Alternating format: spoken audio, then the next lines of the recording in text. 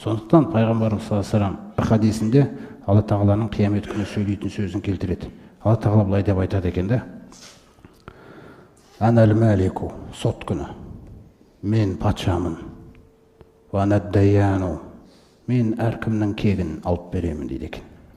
«Ма мин ахадин», қараңыздар, «мин ахлин нари ядхулун нара», қараңыздар, «Ва айндаху ли ахадин мин ахлил джаннати хаққун фаақуссу минху».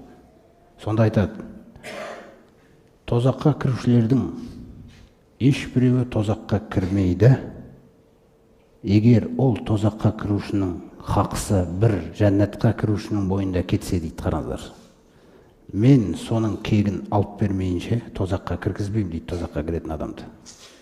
Алла тура биде туған жоқ деген қағиданы түсініңіз, құрметті жамағат. Сондай-ақ айтады, кез келген қайсысы бір жәннаттықта бір кәпірдің хақы кетсе дейді. Қараңыздар, тозаққа кіретін адамның хақысы жәннатқа кіретін адамда кетіп қалса дейді хақысы, ол жәннатқа кіретін адамды мен кіргізбеймін жәннатқа хақысын алып бермейінше дейді. Сонда хақыларымыз қалай алынады Аллахтың елшісі деген кезде? Білесіңдер ғой, ол күні адам еш нәрсесіз келеді, жақсылықтар мен жамандықтардан басқа. Сол екеуінен беріледі дейді. Міне есеп. Ойламаңыз, ана жаққа барған кезде біз кейде айтамыз, екі қолым ақыретте, қияметте жағаңда сенің деп.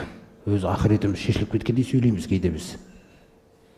Сондықтан осы мағыналар, құрметті жамағат, жаңағы өзара бауырмашылықтан болуы, бір-бірлеріңізге байқап сөйлеңіздер. Мысалы сахабалар бір-бірінің бетінен шыбын қондырмай отырса бүйтіп, ол не деген әдеп ол? Көрдіңіз ба? Сол нәрселер бойыңызда болу керек. Біреуді ренжітіп қойдыңыз ба, дереу барып сол жерде түзеп кетіңіз. Ол біз қияметке баратырмыз. Ол Алланың соты, ол туысқандар көмектеспейтін сот, ол байланыстар үзілетін сот. Өзіңіз ойлаңыз.